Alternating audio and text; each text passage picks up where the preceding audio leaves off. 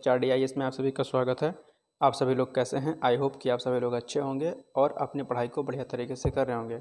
देखिए, चैनल पर जो भी नया है आप लोगों से रिक्वेस्ट है कि प्लीज़ चैनल को लाइक, शेयर एंड सब्सक्राइब जरूर कर दीजिएगा, क्योंकि इस चैनल के माध्यम से आपको UPPCS RO 2023 का current affairs, UPPCS 2024, MPPSC, RAS और BPSC सहित सभी अन्य एक दिवसीय परीक्षाओं के लिए ये जो करंट अफेयर्स आपके लिए कराया था डेली मॉर्निंग में, ये बहुत ही उपयोगी साबित होगा।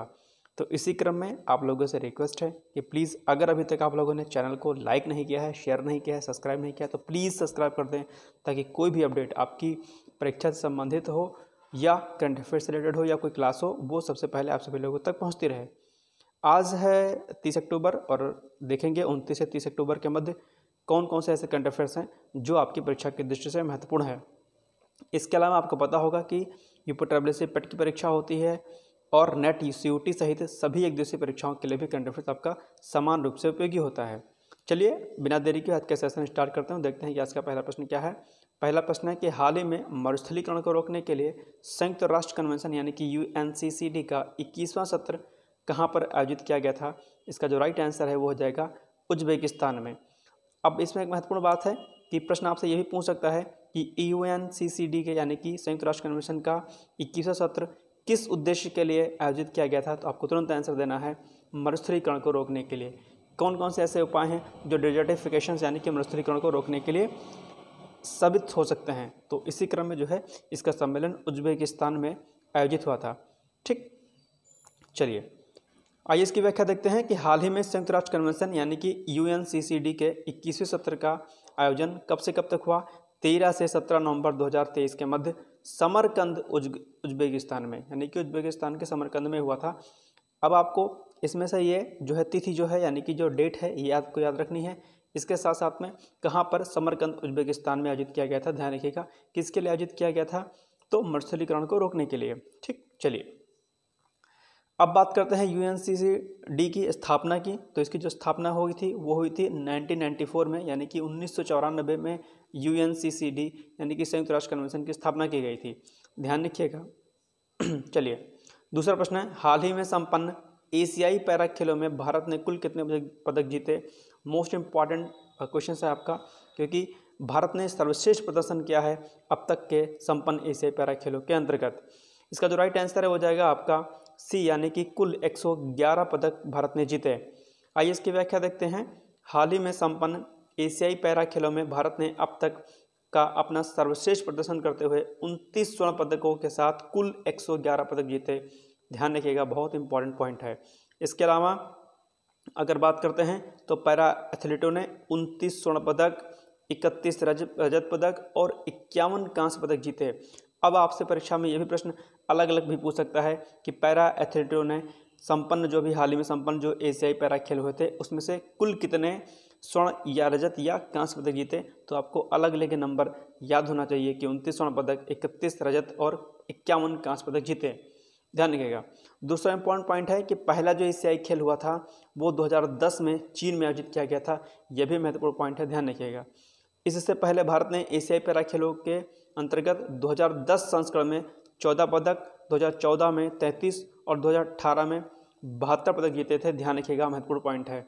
तो अब तक जितने भी पैरा एशियाई जो खेल हुए हैं उनमें से इस वर्ष का 2023 का जो खेल है वो सर्वश्रेष्ठ प्रदर्शन रहा है भारत का, इसलिए प्रश्न आपकी परीक्षा की दृष्टि से महत्वपूर्ण है, ध्यान रखिएगा। चलिए नेक्स्ट क्वेश्चन, हाल ही में G7 व्यापार मंत्रियों की जो बैठक अभी व्यापार के लिए हुई है वो कहाँ पर आयोजित की गई है। इसका जो राइट आंसर है वो है जापान में। ठीक, जापान के ओसाका में। आइए इसकी व्याख्या देखते हैं। हाल ही में G7 व्यापार मंत्रियों की बैठक जापान के ओसाका में आयोजित की गई। अब G7 के बारे में थोड़ा सा देखते हैं कि G7 एक अंतर सरकारी संगठन है जिसका गठन 1975 यानी कि 1975 में G7 का जो है गठन किया गया था।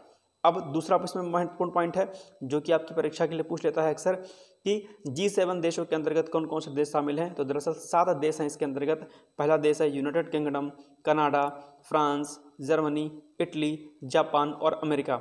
ये 7 के 7 देश आप लोग रट लीजिएगा, अक्सर आपसे परीक्षा में प्रश्न पूछ लेता है G7 की स्थापना कब हुई थी और G7 देशों के अंतर्गत कौन कौन से देश आते हैं, ध्यान रखिएगा।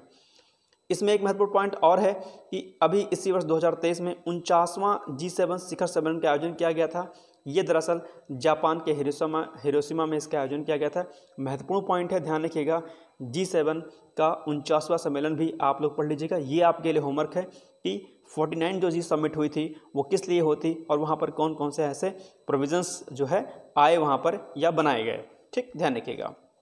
इसके साथ साथ में अगर आप पीसीएस की यूपीएससी की मुख्य परीक्षा की तैयारी कर रहे होंगे तो आपको यह भी प्रश्न तैयार करना होगा कि G7 की महत्ता क्या है अंतर्राष्ट्रीय स्तर पर, और G7 जो है G7 की जो महत्ता भारत के दृष्टिकोण से कितनी महत्वपूर्ण है, और अंतर्राष्ट्रीय स्तर पर G7 का कौन कौन से कार्य हैं जो महत्वपूर्ण हैं, और G7 किन और समूहों का जो है सदस्य है, ध्यान रखिएगा। तो ये आपको देखना है मुख्य परीक्षा की दृष्टि से अगर आप तैयारी कर रहे होंगे मुख्य परीक्षा की। चलिए, चौथा क्वेश्चन है, संयुक्त सैन्य अभ्यास काउजेट 2023 का आयोजन निम्नलिखित में से किन दो देशों के मध्य संपन्न हुआ। इंपॉर्टेंट क्वेश्चन है, ध्यान रखिएगा।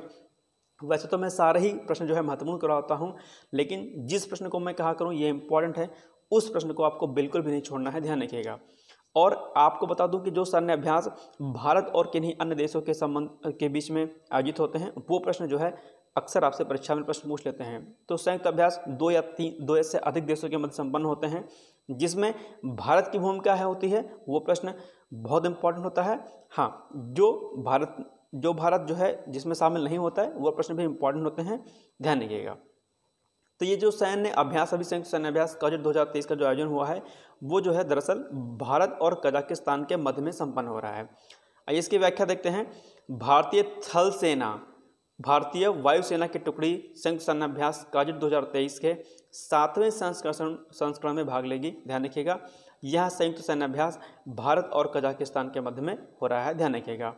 भारत और कजाकिस्तान के बीच संयुक्त अभ्यास को वर्ष 2016 में एक्सरसाइज प्रबल दोस्ती के नाम में के रूप में शुरू किया गया था।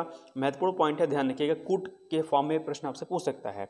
इस वर्ष इसका आयोजन कब से कब तक हो रहा है? 30 अक्टूबर से लेकर के 11 नवंबर 2023 के मध्य कतर कजाकिस्तान में आयोजित हो रहा है। महत्वपूर्ण पॉइंट है, ध्यान रखिएगा।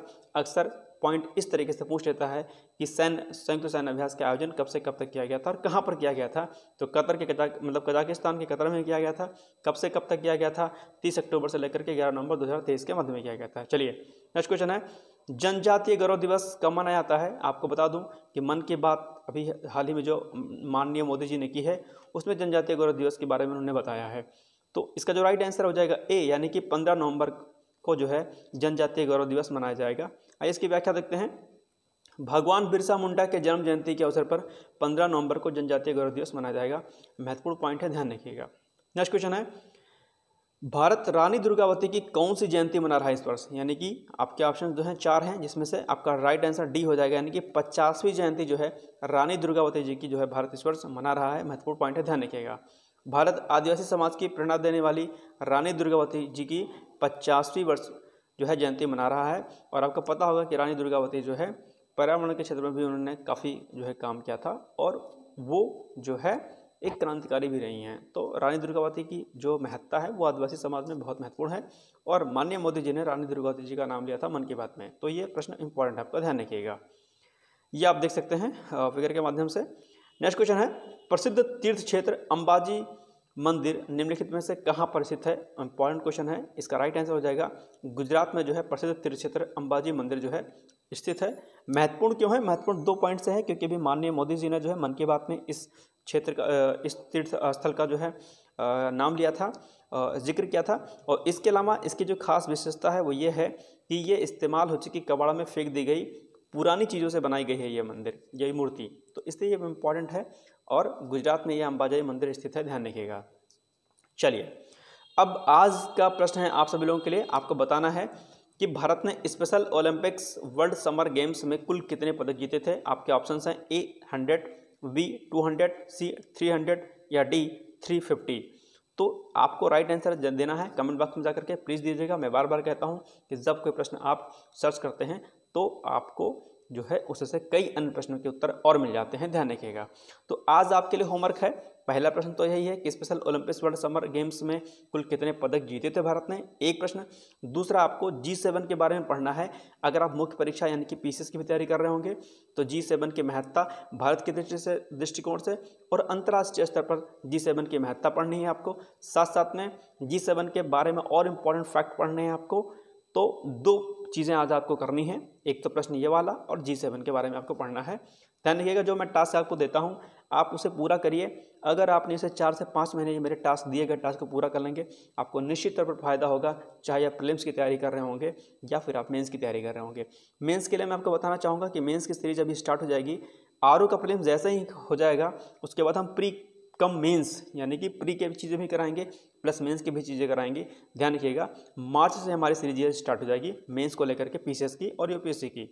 अभी हम PCS और UPSC के मेंस पर कुछ काम नहीं कर रहे हैं क्योंकि RO इस बार का थोड़ा सा ज़्यादा जो है क्रेज़ है इसका इस टाइम, तो RO पे हम लोग फोकस अभी फिलहाल कर रहे हैं। उसके बाद हम PCS और UPSC पे पूरी तरीके से डेडिकेटेड हो जाएंगे और ये चैनल भी दरअसल UPSC और PCS के लिए ही बनाया गया है, ध्यान रखिएगा। इसके अलावा कल हमने आपसे एक प्रश्न पूछा था कि जमरानी बांध बहुउद्देशीय परियोजना निम्नलिखित में से कहाँ पर स्थित है। इसका जो राइट आंसर हो जाएगा वो हो जाएगा उत्तराखंड में जो है ये जो है परियोजना स्थित है, ध्यान रखिएगा। तो ये आज से कुछ महत्वपूर्ण प्रश्न थे। आज के लिए बस इतना ही, कल मिलते हैं एक नए सेशन के साथ। तब तक के लिए आप सभी लोग को बहुत सारी शुभकामनाएं। आप लोग पढ़ते रहिए, मस्त रहिए, व्यस्त रहिए। कोई भी क्वेश्चन हो, कोई भी प्रश्न हो, कमेंट बॉक्स में जाकर कमेंट कर दीजिए। टेलीग्राम चैनल आपका जल्दी बना दिया जाएगा। ओके, फिर मिलते हैं कल। जय हिंद, जय भारत।